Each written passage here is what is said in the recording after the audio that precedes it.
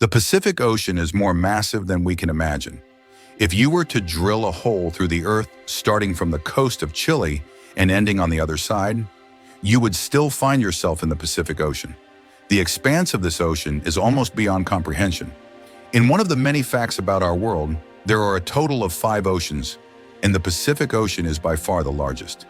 It covers a staggering 165 million square kilometers of the Earth's surface.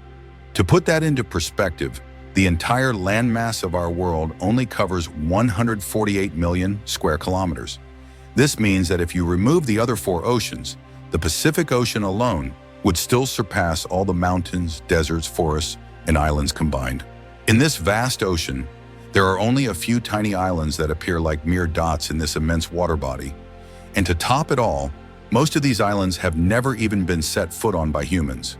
So if a person gets lost in the Pacific Ocean, the chances of finding them are almost non-existent.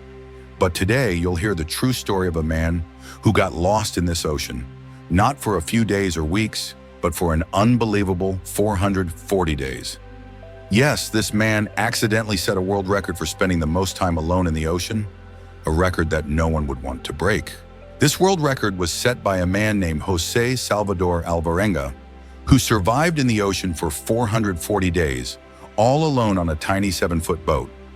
But the question is, how did he manage to survive in the ocean for 14 months? Before we delve into that, let's understand how he ended up in the ocean in the first place. It was in November 2012 when José, a 36-year-old experienced fisherman from a small village in Mexico, set out on a fishing trip with a companion. Their plan was to spend only 30 hours at sea, so they didn't carry much on their small boat, just an ice box to store the fish they caught and provisions for a single day.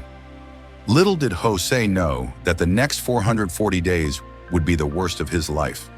They ventured 120 kilometers off the coast of Mexico and cast their nets into the sea. However, as fate would have it, a deadly storm struck, forcing them to abandon their nets and head back toward the coast. For 6 hours, they pushed their boat against the storm, and by dawn, they were just 20 kilometers from shore.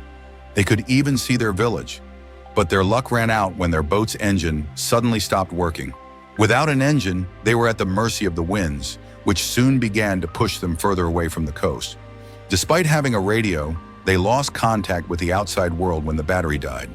The winds drove them 450 kilometers away from shore within 5 days, leaving them stranded in the vast ocean, surrounded by nothing but water in every direction. Their provisions ran out quickly, forcing them to catch birds that landed on their boat and fish from the sea to eat raw. Drinking seawater is deadly, so they began collecting rainwater in plastic bottles they found floating in the ocean. When it didn't rain for days, they would quench their thirst by drinking the blood of fish and turtles they caught. As the days turned into months, the mental and physical toll became unbearable. After 4 months at sea, José's companion couldn't take it anymore and ended his own life. Now José was completely alone, drifting in the silent expanse of the ocean, with only his thoughts to keep him company.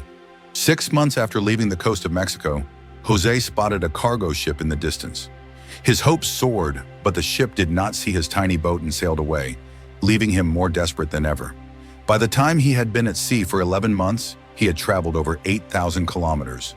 His clothes had disintegrated, and he was left with only a pair of shorts to shield himself from the harsh sun. Finally, in January 2014, after 14 months adrift, José spotted coconuts floating in the water, a sign that land was near.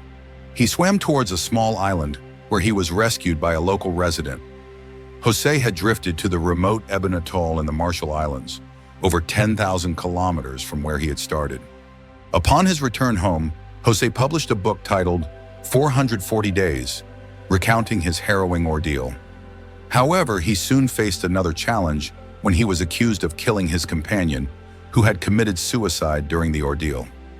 Despite these accusations, José's story remains a remarkable tale of survival against all odds.